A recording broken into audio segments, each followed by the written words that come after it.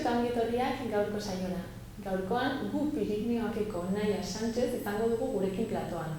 Hala ere, lehenago, has gaitezen betiko edukiekin. Ikus ditzagun gaurko efemerideak.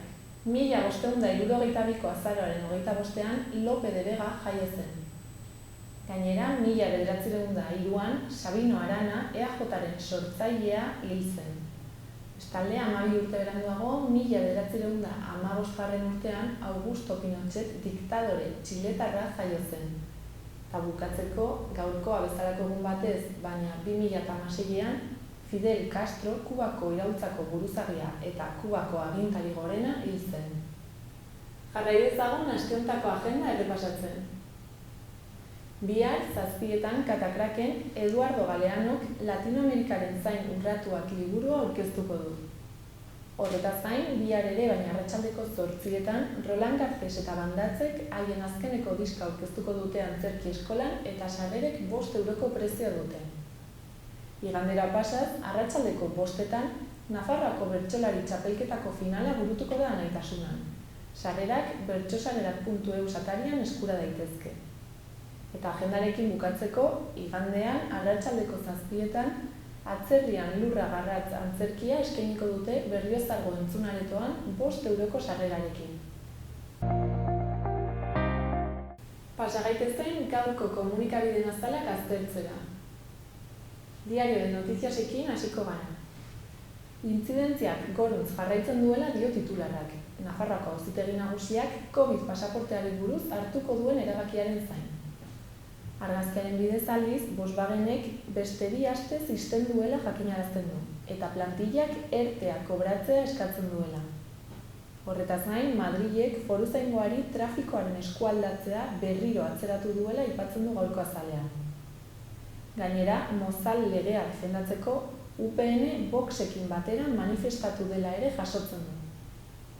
Bestalde, Europar Batasuneko enpresaburuek 40. urteurrenean zerga gutxiago ordaintzea eskatzen dutela aipatzen du. Gai aldatuz, ELA sindikatuak prekarietateari aurre egiteko grebaren alde egin duela azpimarratzen du. Eta bukatzeko, Berriozarko emakume bati eraso sexuala egiteagatik atxilotutako gizona espetxeratu dutela nabarmentzen du. Diario de Navarrara pasako gara. Familiakoekin eta lagunekin elkartzeak Nafarroako COVID agerraldien erdiak eragiten dituela dio titularrak. Argazkian, salestarrak beren sabaira iritsi direla irudikatzen du. Horretaz gain, Volkswagen Nafarroak hornidurarik ez izateagatik 2 astez itxiko dituela jakinarazten du egunkari honek. Gainera, Nafarroan asteburuan elurra eta euria egingo duela iragartzen du. Eta azkenik, Nafarroako enpresaburuek esparru fiskal erakargarriagoa eskatzen dutela ere jasotzen du gaurko azalean. Gararekin jarraituko dugu. Euskal agenteek murgiltze ereduaren aurkako erasoa salatu dutela dio titularrak. Argazkiaren bitartez, lakuntzak ELAren kongresuan grebari balioa ematen diola nabarmentzen du. Bestalde, Lakua eta Euskal Herria Bilduk aurrekontu itun posible bat zuhurtziaz aztertzen dutela azpimarratzen du. Gai aldatuz, populazioaren 10% dagoeneko errefortzu dosia jaso duela jakinarazten du. Horretaz gain, Elinetek mugak gainditzen dituen larrialdi medikuntza eskainiko duela aipatzen du. Eta bukatzeko, semaforo koalizioak Merkelen osteko aroa irekiko duela ere jasotzen du gaurko azalean. Jarrai dezagun berriaren azalarekin. Eusko Jaurlaritzak COVID ziurtagiriaren kontrako autoari helegitea jarri diola dio titularrak. Horretaz gain, 2 argazki daude gaurko azalean. Lehenengoan, Monika Ramos Toro antropologoa ageri da, indarkeria matxistaren kontrako egunaren harira. Eta bigarrenean, ELAko lakuntza, afiliatuen esanetara dagoela nabarmentzen. Bestalde, Kataluniako murgiltze eredua baliogabetzeak Euskal Herrian kezka eragin duela aipatzen du berriak. Gai aldatuz, Alemanian, SPDek, Berdeek eta Liberalek gobernu akordioa egin dutela jakinarazten du. Eta amaitzeko, KAFek Alstom lehiakideari Alsaziako fabrika bat eta 2 tren plataforma erosi dizkiola nabarmentzen du. Euskal Herria irratiarekin bukatuko dugu. Albiste nagusiak Iratxe Albarezen deklarazioak nabarmentzen ditu.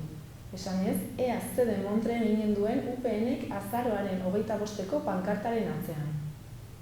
Bestalde, Nafarroan, indarkeria matxista dela eta egunero 4 salaketa aurkezten dituztela jakinarazten du.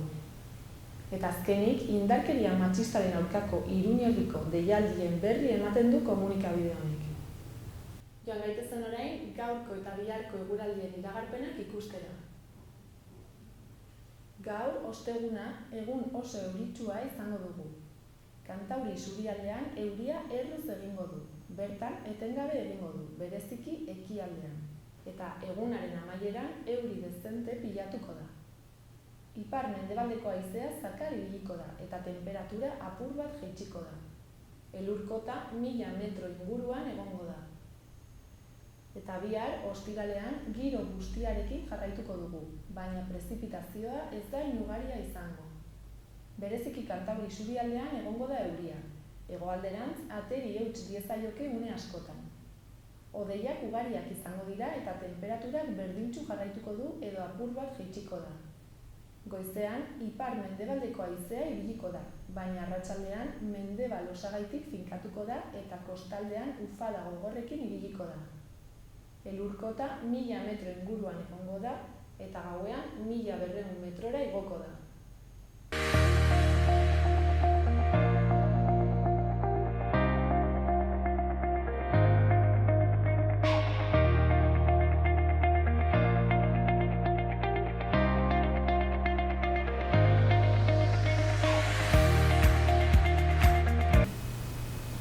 Orain gu Pirinioaketik Naia Sánchez etorri da gure platora. Kaixo, Naia. Egun hon. Zer modu, zongi etorri? Mila esker. Bueno, nik eta behin, agian, alko diguzuz pixka eta zaldu zer den gu Pirinioa. Bai, bintzen zain, hasteko moduana. Gu Pirinioa, Pirinioko plana eta ordenatzean dagoen gobernantza sistema guztia jaso duen izena da. Pirinioko plana, gu Pirinioa, erdaraz, somos Pirineo, erabiltzen dena. Eta hor batzean gauden guztio biltzen gaituena. Eta zein da pixat zuen helburua, ez? Bueno, ja duela 4-5 urte gutxi gora bera, Pirinioko kolektibo batzuk ikusi zuten egoera, despopulatze egoera oso larria zela eta zerbait egin bat zela. Geroztik, Nafar gobernuarekin harremanetan jarri ziren irtenbide bat bilatzeko. 2019an hasi zen Pirinioko plana eraikitzen eta gaur egun teknikari talde bat gaude ordenatzea Pirinioko plana aurrera eramaten. Helburu nagusia ez, despopulazioaren arazo hori bukaera bat izango dira. Hori da. Azken batean bai, sektoretan lantzen ari gara proiektu ezberdinak irtenbide bat emateko jaso ditugun arazo guztiei, baina azken finean hori Pirinioa berpiztea da helburu nagusia. Eta gaurkoan ez, etorri zara pixkat konkretuago proiektu bati buruz hitz egitera, lekukoa, ez, Pirineo Mentor du izena. Hori da momentu honetan garatzen ari garen proiektuetako bat. Ekintzailetza komisioaren barnean enmarkatzen da, ez, proiektu hau. Eta nahiko konten gaude, ez, lehenengo pausuak eman ditugu eta oso baikorra gaude asunto honek. Momentu zongi da orduan proiektu hau. Eta zertan datza proiektuak? Bueno, laburki, ez gero ja azalduko dugu, laburki lekuko proiektua sortu da belaunaldien arteko errelebo bat bermatzeko, ez? Programa bat da, azken batean, negozio bat irtsi behar denean, irtenbide bat bilatzeko eta norbait sartzeko bertan lan egitera edo negozio hori hartzeko. Momentu honetan dauden lanpostuen nolabait jarraipena, ez izan dezaten? Ez dira bakarrik lanpostuak, ez azkenean horrelako negozio bat istea gure lurraldean lanpostuetatik gain bada herriaren bizitasuna, herritarren ongi izatea, bermatzea eta bada. Eta proiektu hau nola antolatuta? Bueno, antolaketa nahiko komplikatua da, ez? Bueno, plan guztiaren baitan kogobernantza sistema ja komplikatua da eta proiektu honetan ere bai. Dena den, ekintzailetza komisiotik ateratako ideia bat da, Horren atzean teknikarien lana dago, proiektu estrategikoen zuzendaritza nagusietako teknikariak lan bikaina egin dute proiektua horrela ateratzeko, bai, eta orain lurraldean aritzen garen teknikari guztiak ere oso inplikatua gaude proiektu honetan. Vale, eta fase desberdinak ez ditu plan proiektu honek, eta momentu hauetan zegoela eta zaudete? Bai, eman duzu moduan fase desberdinak gaude, aurreko hilabeteetan kontratatuko asistentzia teknikoa, Fundación Emplea deritzona, diagnostiko fase hori egin du, ez? Pirineoko negozioekin, autonomoekin elkartu da, osotara 60 pertsona baino gehiagorekin elkartu dira, diagnostiko fase hori ateratzeko eta bertan identifikatu dituzte ze errelebo egonen diren hemendik 2-3 urtetara gutxi gorabehera. Orduan, alde batetik badago diagnostiko fase hori, eta orain gu teknikari moduan, lurralde teknikari guztia eta Zedernako teknikaria formakuntza jasotzen ari gara, hemendik 2-3 urte horietara laguntza emateko negozioiei. Orduan daukagu diagnostiko fasea eta hori formakuntza fasea teknikariei. Eta hurrengo fasea zein izango litzateke? Hurrengo fasea badaia identifikatzea ze negozio konkretu daude, non aritzen aldara akzio konkretuetan eta horretan daude. Orduan, nori dago zuzendua proiektua? Alde batetik badago zuzendua Pirineoan negozio bat dituen pertsonari, baita teknikariei ere, zegu jasotzen ari gara formakuntza hori azkenean, gero laguntzeko pertsonariei. Orduan bi alde ditu. Eta gero etorkizunean nork gehiago hartuko du parte? Ze imaginatzen dute, ze belaunaldi berriak ere nolabait inplikatu beharko direla hemen? Bai, hori da, saiatzen ari gara ere bai, komentatu dizudana, ez azkenean negozio bat istea ez da bakarrik lanpostu bat mantentzea edo ez bada, herritarrei zerbitzu bat ematea, herrien ongizatea bermatzea eta bat. Orduan, zuzenduta dago Pirineoan ekin nahi duten pertsona guztioi, baita bere negozioak ditu denak eta utzi nahi ditu denak. Eta momentu hauetan, egoera zein da? Negozio hauek ez dute erregorik aurkitzen, da? Baditugu denetarik. Egia da, programa honetan begiratzen ari gara errelebo ez dituzten negozioiei, baina nahiko konten gaudez, bertze kasu batzuetan eman dira erreleboa, naturaltasunez sortu direnak, eta horrekin ere geratzen gara. Orduan, zeren arabera da? Sektorearen arabera, herriaren arabera? Sektorearen arabera, konturatzen ari gara, sektore batzu oso makur dabiltzatela errelebo asunto honekin. Gehien bat abeltzaintza nekazaritza, argi dago, eta gero betiko lanbideak, albaitariak, margolariak eta horrelakoak ere nabari dira eskaz gabiltzala sektoreetan. Eta zergatik uste duzu, Zergatik, nahiko argi daukagu erantzuna, ez? Eskolan beti erakutsi digute unibertsitatera joan behar garela, ikasketak izan behar ditugula eta horrelakoak, ez? Eta horren bertze sinistu dugu hori benetan garrantzitsua dela, betidanik izan ditugu lanbide horiei balore bat kendu diogula, ez? Ez jara fijatu zeinen garrantzitsua diren eta zeinen garrantzitsua den haien ibilbidea bermatzea. Orduan gazteek ez dute nahi lan mota hori? Claro, eskera gutxi dugute unibertsitatera joan garela eta horrelako lanbideak agian ez direla garrantzitsuak eta ez da horrela konturatu gara ezinbertzekoak direla lurralde batean horrelako lanbideak egotea. Orduan bai, gustatuko litzaiguke jende gaztea, animatzea horrelako ikasketak burutzera gero bertan lan egiteko. Orduan pixat gazteengan ere, nolabiteko txip aldaketa eman beharko litzateke. Bai, noski. Gazteengan, eskoletan ere zer transmititzen den. Osea, ez da eskolen errua ez da horrelakorik, balio bat eman behar diogu lanbide oso garrantzitsua da. Gero ez eta balio gutxiago, ez? Bai, egia da, Pirineoan gertatzen zaigu, uste dut estatu mailan ere arazo hau gertatzen ari dela sektore hauetan. Orduan, bada pixkot, orokorrean gertatzen ari den zer. Orduan ez, gazteek ez dute zenbait lanbidetara jo nahi, baina gero, adibidez, gazteek lana bilatzeerako momentuan zailtasunak izaten dituztean, Pirineoan. Zailtasuna baino, etxe bizitza asuntoa pixu handia dauka, ze azkenean ez daukagu alokatzeko etxe bizitza asko, eta hori nahiko mugatzen du jende gaztea Pirinioan geratzea edo Pirinioara etortzea, ez azkenean gazteek nahi dute independentzia, bere etxea eduki, orduan hau arazo nahiko potentea da. Orduan ez da mugatzen, ez? Lan esparrua. Ez, nik uste du lana badagoela, Pirinioan bizi eta lan nahi duenak posible duela eta abea egiten duela. Orduan, pixkat hori borondatea da. Bai, borondatea behar da, hainitz. Orduan, arazo hau konpontzeko, ez? Zein izango litzateke bidean? Bueno, ez daukagu formula magikorik, ez? Hortarako garatu dugu Pirineoko plana, zenbait sektore ukitzearen, eta uste dugu denon, sektore guztion hobekuntza ahalbideratuko duela horrelako egoerak ematea eta horrelako arazoekin bukatzea, ez?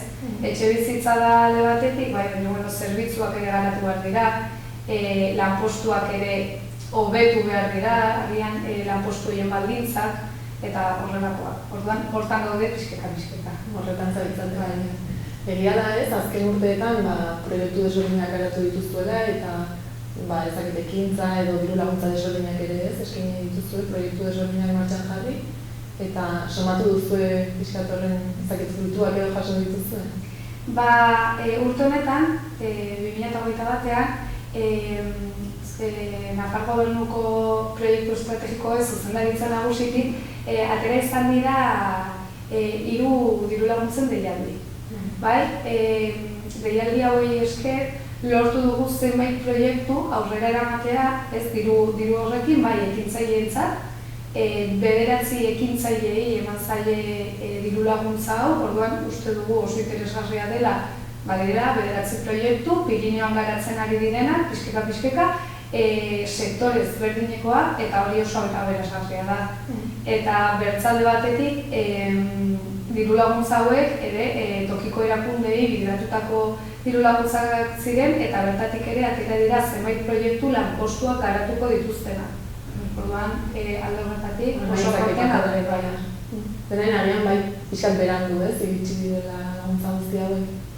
Agian baino iritsi dira eta gu momentu honetan horrekin geratzen gara iritsi direla, jendea oso konten dagoela eta gauzak egiteko gogoekin dagoela jendea, ez? Guretzat hori gabatzitsuena. Orduan somatzen da pixkat giro aldaketa bat egon dela? Bai. Nik uste dut azkeneko urteetan kolektiboak asko mugitu dira txipaldaketa bat egiteko eta nik uste dut geroz eta gehiago nabarmentzen dela jendea Pirineoan bizi nahi duela.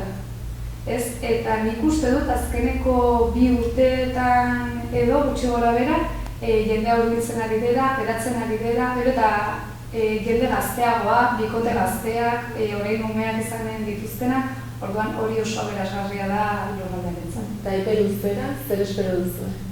Behintzat espero dugu Pirineoko plana jasotzen diren behar eta arazo guztiei aurre egitea, modu batean edo bertzea, eta gehien bat despopulatze horrekin bukatzea. Eta proiektu konkretu honetara ditzuliz, ez? Zergatik iruditzen zaizue bereziki garrantzitsua dela? Komentatu dudanez, ezin dugu negozioak pertsiana jaistea eta listo ez. Azkenean, herritarrek behar dituzte zerbitzuak herrian geratzeko, behar dituzte baldintza onak herrian egoteko eta ezin dugu horrelako gauzatik zautzen. Eta noren ardura da ez? Edo noren esku dago hori ez gertatzea?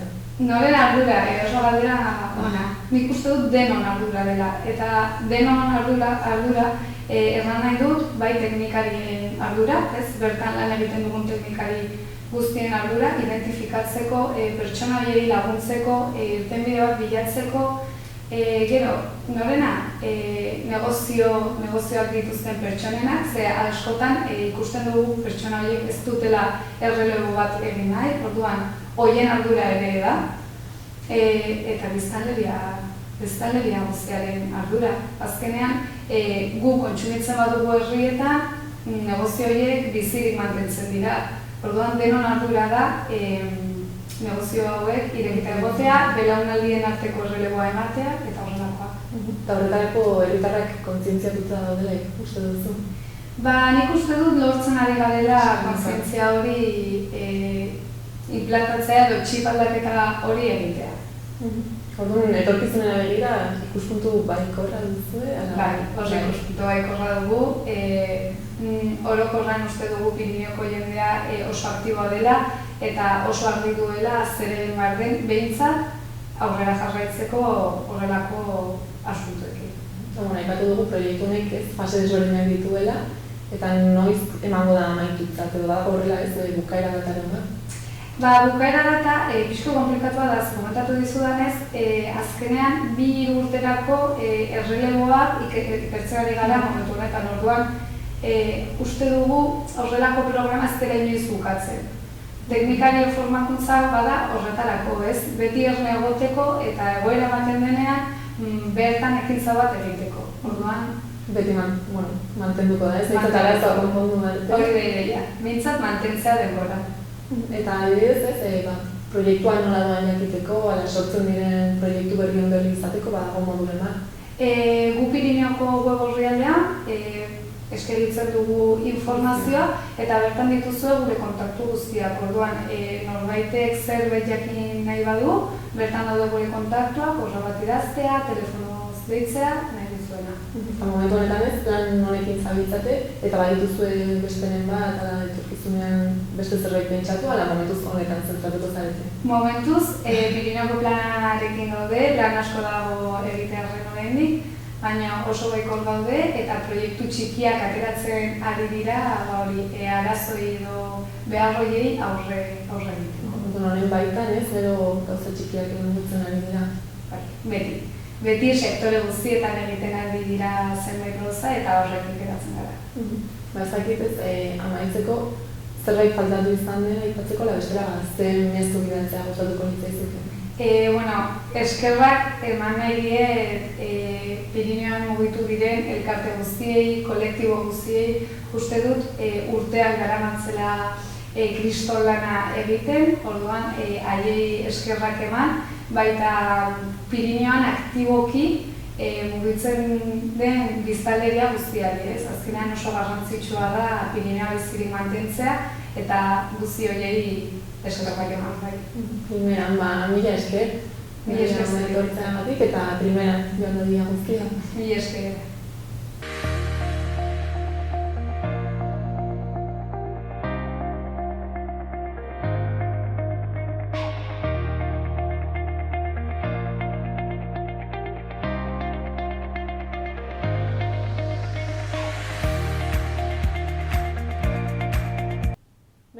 Gaurkoz, hau izan da guztia. Mila esker hori egoteagatik eta bihar arte. Gobierno de Navarra. Nafarroako gobernua.